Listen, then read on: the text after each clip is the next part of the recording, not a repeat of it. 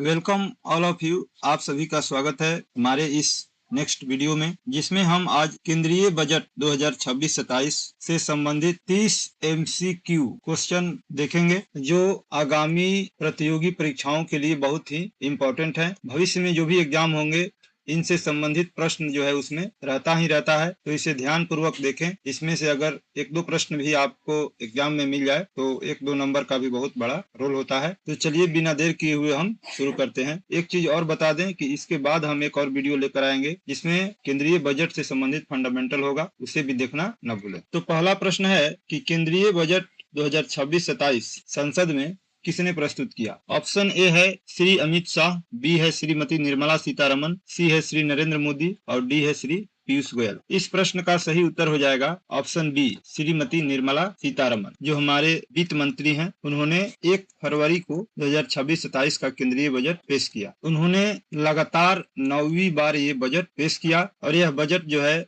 नरेंद्र मोदी सरकार के तीसरे कार्यकाल का तीसरा बजट था। इसके अलावा जो ऑप्शन है श्री अमित शाह, ये गृह मंत्री हैं केंद्रीय कैबिनेट में और सहकारिता मंत्री हैं। नरेंद्र मोदी हमारे माननीय प्रधानमंत्री हैं। और ऑप्शन डी में श्री पीयूष गोयल हैं, जो वाणिज्य और उद्योग मंत्री हैं। ये पूर्व में रेल मंत्री भी रह चुके हैं। अभी रेल मंत्री का पदभार अश्विनी वैष्णव के पास है। चलिए देखते हैं अगला प्रश्न। अगला प्रश्न है कि बजट 2026-27 में कुल व्यय कितना प्रस्तावित है? ऑप्शन ए है 36.5 लाख करोड़, ऑप्शन बी है 53.5 लाख करोड़, ऑप्शन सी है 28.7 लाख करोड़ और ऑप्शन डी है 17.2 लाख करोड़। इसका सही उत्तर हो जाएगा ऑप्शन बी, 53.5 लाख करोड़ रुपए। वित्त मंत्री श्री निर्मला सीतारमन ने 1 फरवरी 2026 को लोकसभा में बजट पेश किया। इस बजट में कुल व्यय 53,47,315 करोड़ अनुमानित किया गया, जो 2025-26 के संशोधित अनुमान से 7.7% अधिक है। इसमें 41.25 लाख करोड़ रुपए जो है राजस्व व्यय है और 12.22 लाख करोड़ रुपए पूंजीगत व्यय शामिल। याद रखिए ये पूरा पॉइंट, 41.25 लाख करोड़ रुपए जो है यह राजस्व व्यय में शामिल है और पूंजीगत व्यय में 12.22 लाख करोड़ रुपए शामिल है। अगला प्रश्न है बजट 2026-27 में राजकोषीय घाटा GDP का कितना अनुमानित है? ऑप्शन ए है 3.8%, बी है 4.3%, सी है 5.1% और डी है 6%। इसका सही उत्तर हो जाएगा ऑप्शन बी, 4.3% जो है GDP का राजकोषीय घाटा अनुमानित है। अगला प्रश्न है सार्वजनिक पूंजीगत व्यय 2026-27 में कितना निर्धारित किया गया है? सार्वजनिक पूंजीगत व्यय 2026-27 में कितना निर्धारित किया गया है? ऑप्शन ए है 10 लाख करोड़ रुपए, ऑप्शन बी है 11.5 लाख करोड़ रुपए, ऑप्शन सी है 12.2 लाख करोड़ रुपए और ऑप्शन डी है 13 लाख करोड़ रुपए। इसका सही उत्तर हो जाएगा, अभी हमने ऊपर में चर्चा भी किया, ऑप्शन सी, 12.2 लाख करोड़ रुपए।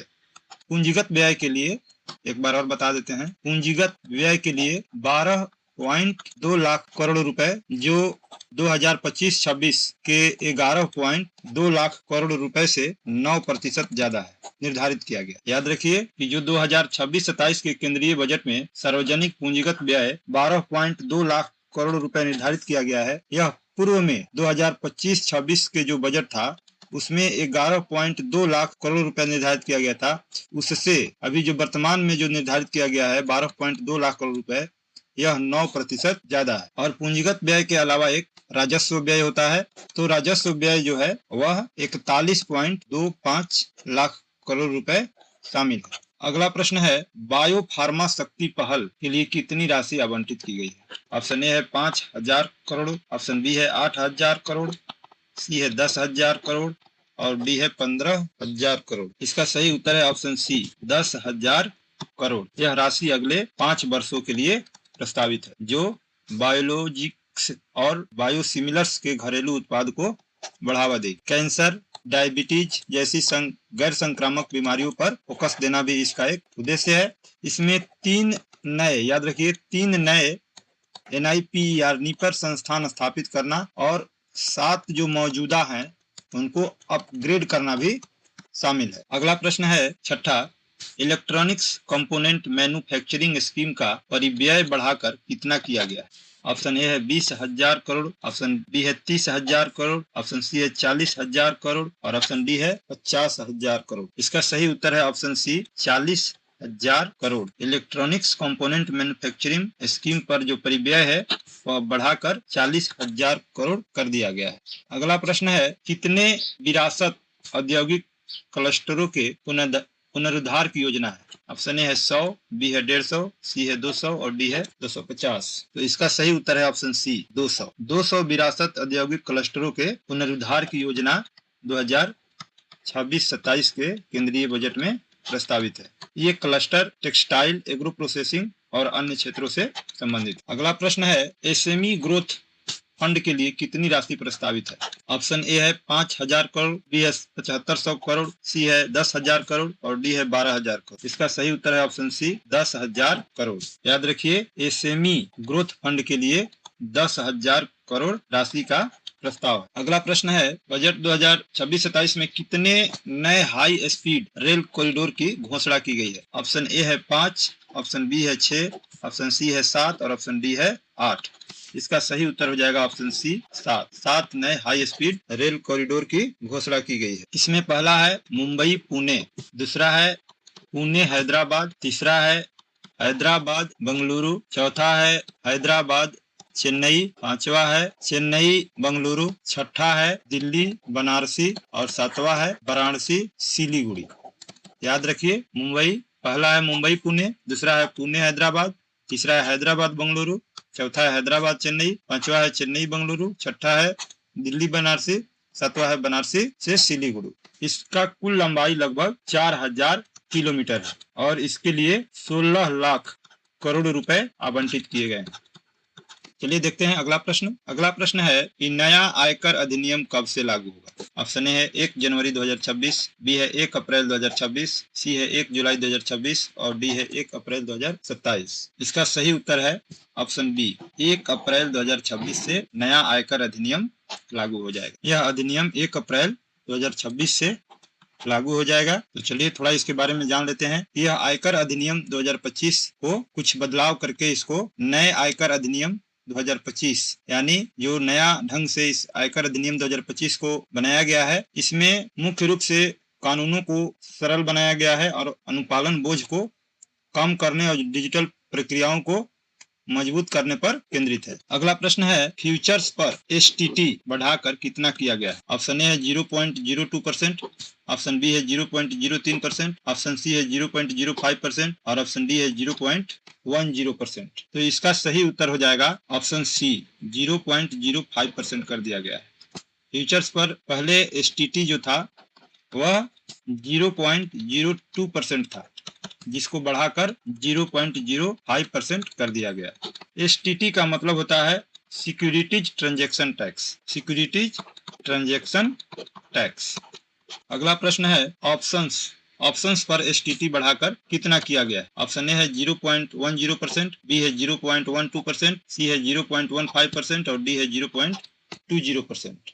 इसका सही उत्तर हो जाएगा सी 0.15%। जो पहले 0.10% था उसको बढ़ाकर अब कर दिया गया 0.15%। तो यहाँ पर याद रख लीजिए, फ्यूचर्स पर एसटीटी सिक्योरिटी ट्रांजैक्शन टैक्स 0.02% से बढ़ाकर 0.05% कर दिया गया है और ऑप्शंस पर यह बढ़ाकर 0.10% से 0.15% कर दिया गया। ये जो नया परसेंटेज है वह 1 अप्रैल 2026 से प्रभावी होगा। अगला प्रश्न है, मैट की नई दर क्या निर्धारित की गई? ऑप्शन ए है 13%, बी है 14%, सी है 15% और डी है 16%। इसका सही उत्तर है ऑप्शन बी 14%। मैट की जो नई दरें हैं वह 14% निर्धारित कर दी गई है। मैट का पूर्ण रूप मिनिमम अल्टरनेट टैक्स है। यह भारत में कंपनियों के लिए एक कर प्रावधान है जो सुनिश्चित करता है कि वे बुक प्रॉफिट पर न्यूनतम कर चुकाए। बजट 2026-27 में इसको 14% कर दिया गया है, जो 1 अप्रैल 2026 से लागू होगा, जो पहले 15% था।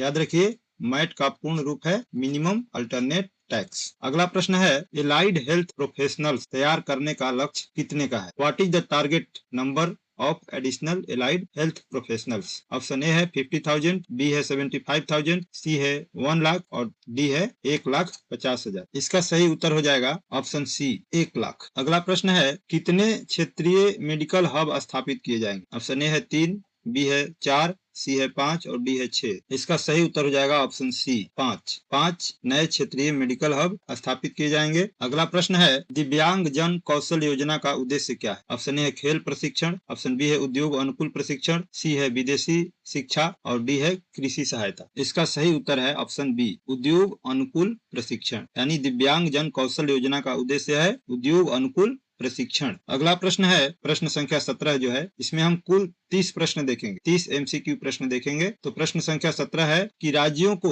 16वें वित्त आयोग की सिफारिशों के अनुसार कितना अनुदान दिया जाएगा। अगर अभी तक आप इस वीडियो में बने हुए हैं तो चैनल को सब्सक्राइब और वीडियो को लाइक करना नहीं भूलिए, क्योंकि इस तरह के कंटेंट जो है बहुत मेहनत से बनाया जाता है, बहुत एनर्जी लगता है और आप लोगों के लाइक सब्सक्राइब भी हम लोगों के लिए प्यार है। तो प्रश्न है कि राज्यों को 16वें वित्त आयोग की सिफारिशों के अनुसार कितना अनुदान दिया जाएगा। इसका सही उत्तर है ऑप्शन सी 1.4 लाख करोड़ रुपए जो है 16वें वित्त आयोग की सिफारिशों के अनुसार राज्यों को 2026-27 में अनुदान दिया जाएगा। 16वें वित्त आयोग के अध्यक्ष का नाम बताइए। चलिए, तो 16वें वित्त आयोग के अध्यक्ष हैं doctor Arvind Panagariya.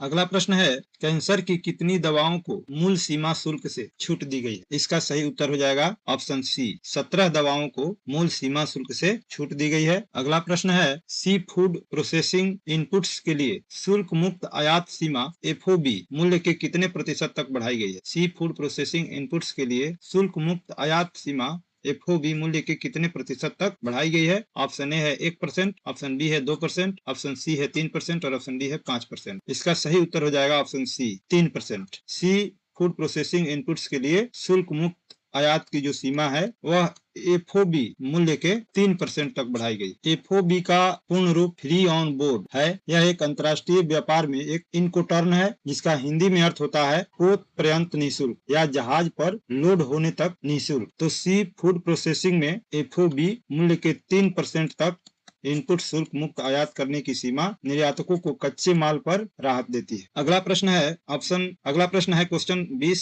Lithium ion cell निर्माण हेतु किस कर में छूट अवधि बढ़ाई गई। ऑप्शन ए है GST, बी है SST और सी है BCD और डी है मैट। तो इसका सही उत्तर हो जाएगा option C BCD। Lithium ion cell निर्माण हेतु BCD कर में छूट की अवधि बढ़ाई गई। BCD का मतलब होता है बेसिक कस्टम्स ड्यूटी। GST का full form gross goods and service tax है। STT मतलब सिक्योरिटीज ट्रांजैक्शन टैक्स और मैट का फुल फॉर्म है मिनिमम अल्टरनेट टैक्स। इसके बारे में ऊपर चर्चा किया गया पहले के वीडियो में। अगला प्रश्न है रेल मंत्रालय के लिए पूंजीगत व्यय कितनी निर्धारित किया गया है। ऑप्शन ए है 2.5 लाख करोड़, बी है 2.75 लाख करोड़ रुपए, सी है 2.93 लाख करोड़ और डी है 3 लाख करोड़ रुपए। इसका सही उत्तर है ऑप्शन सी 2.93 लाख करोड़ रुपए। अगला प्रश्न है कितने राष्ट्रीय जलमार्ग 5 वर्षों में परिचालित किए जाएंगे। ऑप्शन ए है 10, ऑप्शन बी है 15, ऑप्शन सी है 20 और ऑप्शन डी है 25।